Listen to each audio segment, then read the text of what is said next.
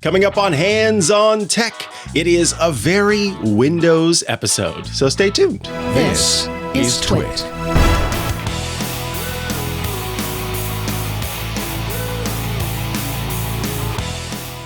Hello and welcome to Hands on Tech, the show where I, Mikah Sargent, answer your tech questions and occasionally review a gadget or two. Today, we are kicking things off with a question that comes in from Richard. Richard writes in to say, in an effort to clear some space in my Windows 11 hard drive, which is close to filling up, I checked on some picture files and folders that I haven't looked at in years. I was surprised to find that in just about every picture folder for every original picture file I saved, there are 2 to 3 separate copy files of the same picture. I don't recall ever saving duplicate files of pictures. What would cause this, and is there a quick way to delete these duplicate files? Otherwise, I'm going to have to go through hundreds of picture folders to delete these duplicates. And first and foremost, the reason why I want to answer this question is not only because I think I might have a few answers here for Richard, but also because, as always, this is an opportunity for us to talk about providing questions and details to help answer those questions. So, in a question like this, one thing that is incredibly helpful is knowing what different software you might have installed that ever touches those photos. So when you are doing your own troubleshooting to try to figure out what might be causing this issue, you likely are looking at the different applications that you have on your machine that might interact with these photos, right? You might have a photo editing program. You might have a photo backup system running. You may have those different tools available. And so knowing what those are, looking through your applications and seeing any photo editor, any photo management solution that you have, and noting that in the email to me is very helpful. And that is, kind of an opportunity for people who write in the future looking for assistance to be able to kind of hone your question a little bit so that I can give you the best answer possible. So, given that we're not sure what different systems and software are running on Richard's machine, we need to kind of take a broader look at things, which means that there are many reasons why this might be the case, why you're seeing multiple photos. One possibility is that there I read reports of occasionally some strangeness going on with Windows Backup, because Windows Backup also has a recovery system that's built into it, a recovery feature, I should say, that's built into it. And occasionally, when you're doing a recovery or restore of files, it can restore files that are not the original, but copies of those original files. So the originals may still be there, and it's then restoring newer versions of those. So if you have ever gone through, Richard, and done a file restoration with Windows Backup, it's possible that that could be what's responsible for you seeing these duplicate files. Another possibility is another feature that Windows has built in called Windows File History. This is a tool that lets you keep track of how a file changes over time and lets you then roll back a change if you ever make it. And so, as Keith's512 is saying in the chat, is his machine doing versioning? That's essentially what file history is. It is versions of the file that have changed over time. And so it could be that Windows File History is responsible for this. I've linked to the support pages for Windows Backup and Windows File History that I'd love for you to hop into those and kind of take a look at it and see if those could be responsible for what's going on with your system. And understand that even if you don't have Windows Backup or Windows File History that are playing, that are causing this issue, it could be one of these pieces of software that you're using. It could be your photo management solution that itself is doing versioning. And so every time you make an edit on a photo, or a series of edits on a photo, basically every session of editing that you do on the photo, it could be saving those as new versions of the photo. And if you were to look at the file size, you might notice that like the newer version is smaller and instead just has information about that original file, particularly if you yourself itself do not have the file extensions visible, you might check to see if it's, it's a .jpeg file, but the two copies are not actually JPEGs, but are instead kind of information with the same name as that JPEG file. So it is possible that that software, that photo management software or photo editing software, could be creating new copies of the photo or creating metadata that references the original photo and is instead doing that. Unfortunately, that's not the extent of it, because there's also the possibility that cloud syncing services could be responsible for creating multiple copies of your photos. There's a lot of strangeness with cloud syncing because of the way that our modern operating systems have over time added syncing functionality to the base operating system. It used to be that on my Mac, I would run Backblaze, which was my third-party cloud backup solution, and it would easily and very simply eat up all the files, and by that I mean ingest them and put them online in my backup with no problem. But after Apple added iCloud syncing for desktop and documents folders, and after I have enabled those features, and Apple provided the ability to essentially store or sort of sync or reference files that are just stored in iCloud, that has caused issues over time where Backblaze is not able to access those files because they aren't local. And so in that weirdness, sometimes, depending on your cloud syncing service, if it is indeed a syncing service, not just a backup where it's looking at what you have and making a copy of it elsewhere, but instead is looking at what you have and making sure that it matches elsewhere, then that could be potentially wreaking havoc and causing issues between the two. So that could also be responsible. And yes, again, as Keith's 512 was saying in the chat, it may be that this is not a full-size image of the original image, but your photo management software could be creating a local thumbnail of that image so that you have like a smaller version of the photo and the larger version can be stored elsewhere. So it's messy, and it could be any number of those things. If after auditing your system, you've determined, okay, it is truly not one of my tools that is actually being helpful, but instead is just a copy, is indeed just somehow 2 or 3 copies of this have been made, and you have confirmed that, then what I recommend you do is use a tool to deduplicate these files. So you asked at the end kind of, how can I do this easily and quickly instead of having to go through clicking into each one of these and try to figure it out that way? Well, yes, it's not difficult to do, I'm happy to say. I recommend a free and open source tool that is available cross-platform. So yes, it will work on your Windows 11 machine. It's called Dupe Guru. That is DUPEGURU.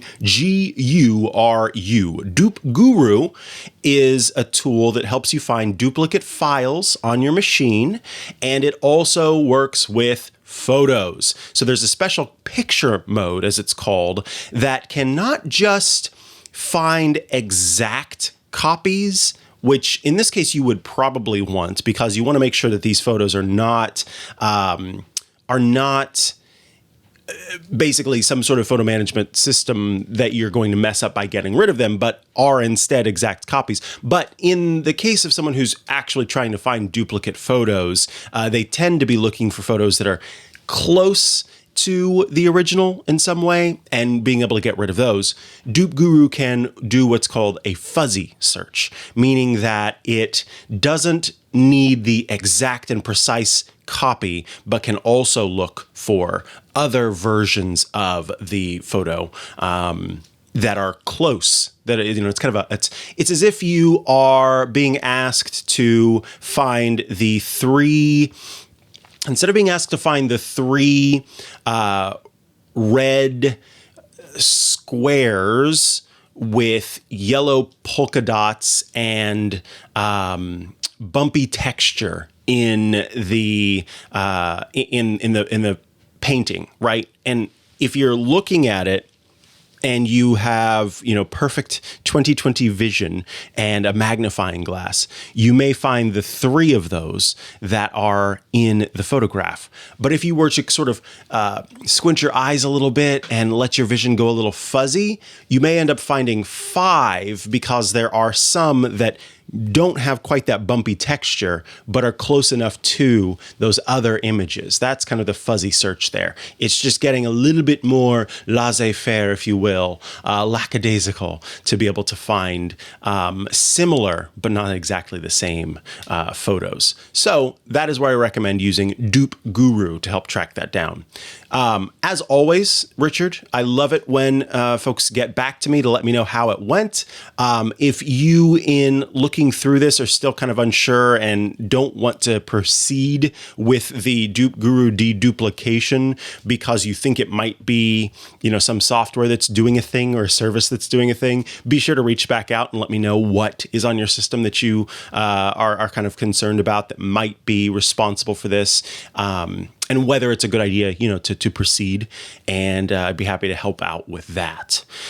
Speaking of folks reaching out, we have a bit of follow-up.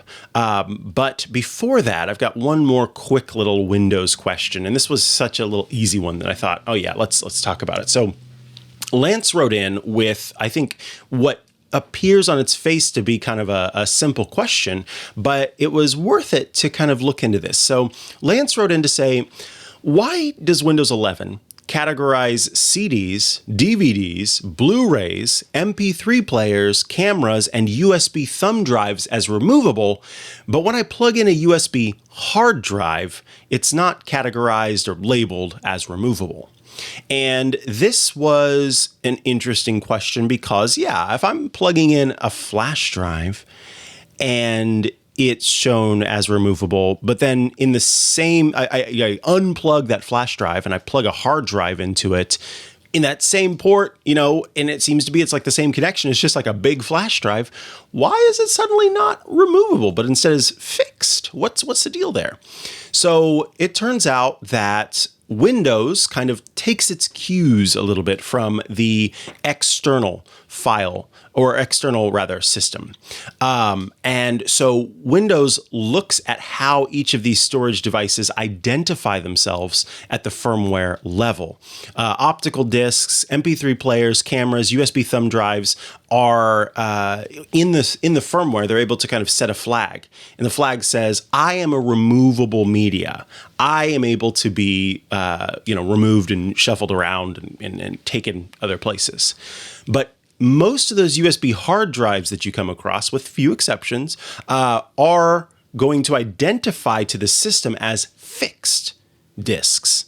So Windows is not going to call that removable media because it doesn't have that removable media flag, and instead has the fixed flag. So the device's firmware paired with Windows classification criteria kind of work together to determine how that device is shown on the system. And, that's by way of how these devices are set up, what their intended purpose is. And in effect, it's there to help make sure that you don't mess up your files given the expectations that you would have for these devices. A thumb drive being something that, you're regularly going to unplug and plug into some other machine, versus something like an actual hard drive where the idea is that this thing stays plugged in for a while as some sort of backup system, or, as an external file source. So that is the reason why you're seeing two different versions there. And there's actually one more thing I want to add before we talk about Club TWiT, because Out of Sync in the chat has brought up something very interesting. whenever it comes to these devices having this flag internally about what kind of media it is, it also changes how Windows handles these devices at the OS level. So Out of Sync says, I think removable mostly affects how the OS treats the writing, like writing to the system, writing the data to the system, like if it should cache writes or commit them immediately. So if you can imagine, if you've got something that's removable, you want to make sure that the user who may try to pull the plug on the file or on the device a little early is not going to mess up the data, right? And it's more likely that everything's going to get to where it needs to go, or if it doesn't get to where it needs to go, that files won't be corrupted. And if you have a huge hard drive, 3, 4, 6, 8 terabyte hard drive, then in that case, you have something that trying to cache what you might be moving between is going to take up a lot of storage space versus something like a little flash drive or a little hard drive, or a little SD card or a CD, whatever it happens to be, where caching it is not going to be a huge burden on your system resources. So that's another good little point there. Thank you, Out of Sync. All right. Let me tell you remind you really quickly about Club Twit, twit.tv/clubtwit. For $7 a month, you can join the club, but we have a great little promo running right now. You can actually join the club for free for 2 weeks to give yourself a little taste of what it's like to be part of the club. When you join the club, you gain access to some pretty awesome benefits. Our biggest one, our most important one, of course, is ad-free content. Yes, you get to watch and listen to all of our shows ad-free. It's just the content, none of the ads, because you are, in effect, supporting what we do. You also gain access to the Twit Plus bonus feed that has extra stuff behind the scenes, before the show, after the show, special Club Twit events, access to the members-only Discord server, which is an awesome community at this point where you can chat with fellow Club Twit members and also those of us here at Twit, access to the ad-free video versions of our Club Twit shows. So you can watch the shows ad-free as part of your membership. And honestly, just that warm, fuzzy feeling knowing that you are helping to support the stuff that we do here at Twit. If you already are a member and you're watching live, so you're hearing this, then I want to remind you that you can earn entire months of Club Twit free by going to twit.tv/clubtwit/referral, where you can refer your friends, and when they join, you earn months of Club Twit. So be sure to check out the club, twit.tv/clubtwit, and we thank you to those of you who are considering that. All right. As I mentioned, love to hear back from folks who have written in the past to see how things went or how things are going.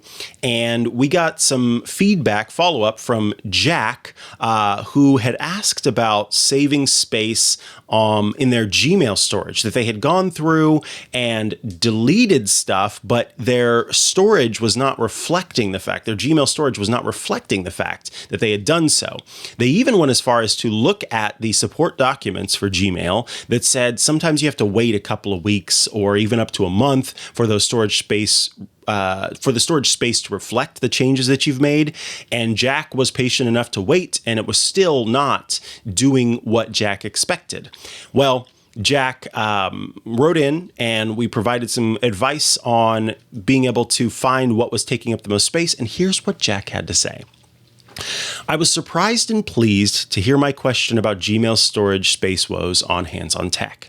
I had asked two basic questions. Is there a way to view Gmail's storage with more granularity than provided by Google's tools? And is there a way to reduce the space used? Turns out you were correct.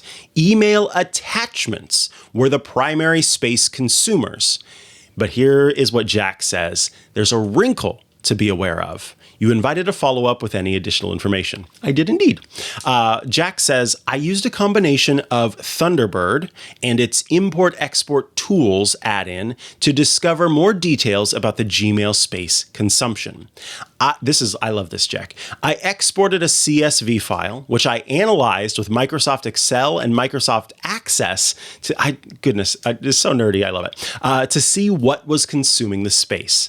The real culprit, dear listeners, is inline photos within message replies, because every reply contains a copy of the original photos. This can lead to huge space consumption when a message thread contains many replies that each contain several photos.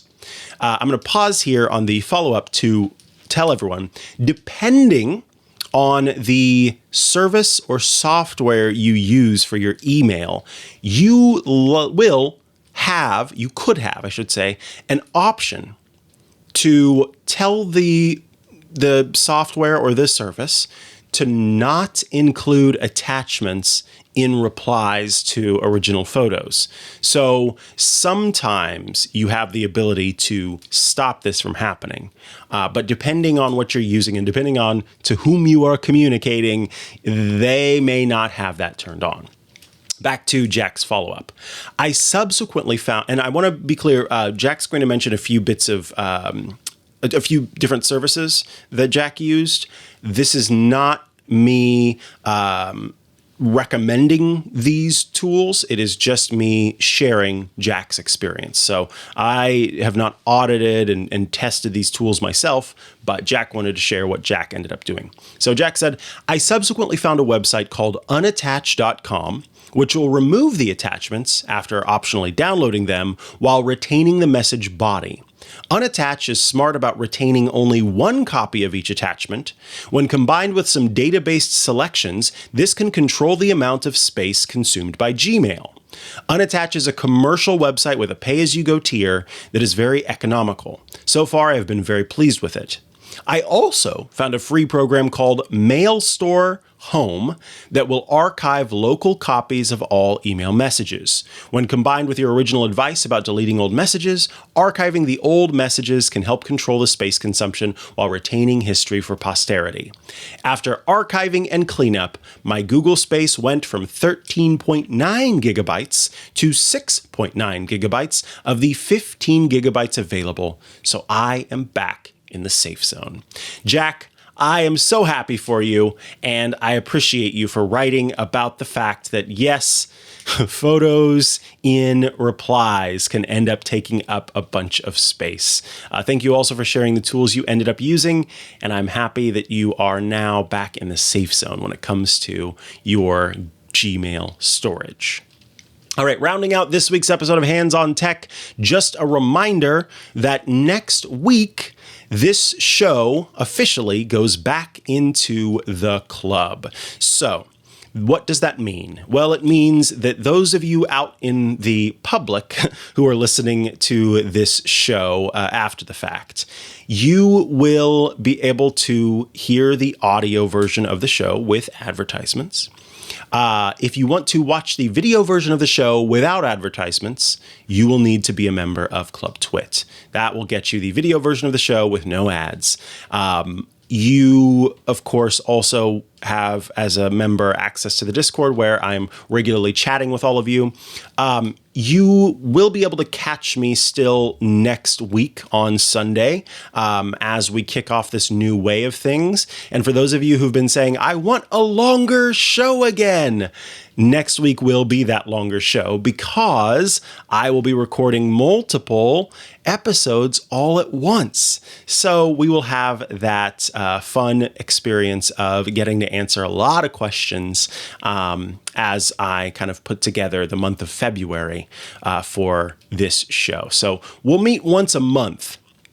And I am looking forward to that. I really appreciate all of you who join me every Sunday morning in the club to have a nice chat.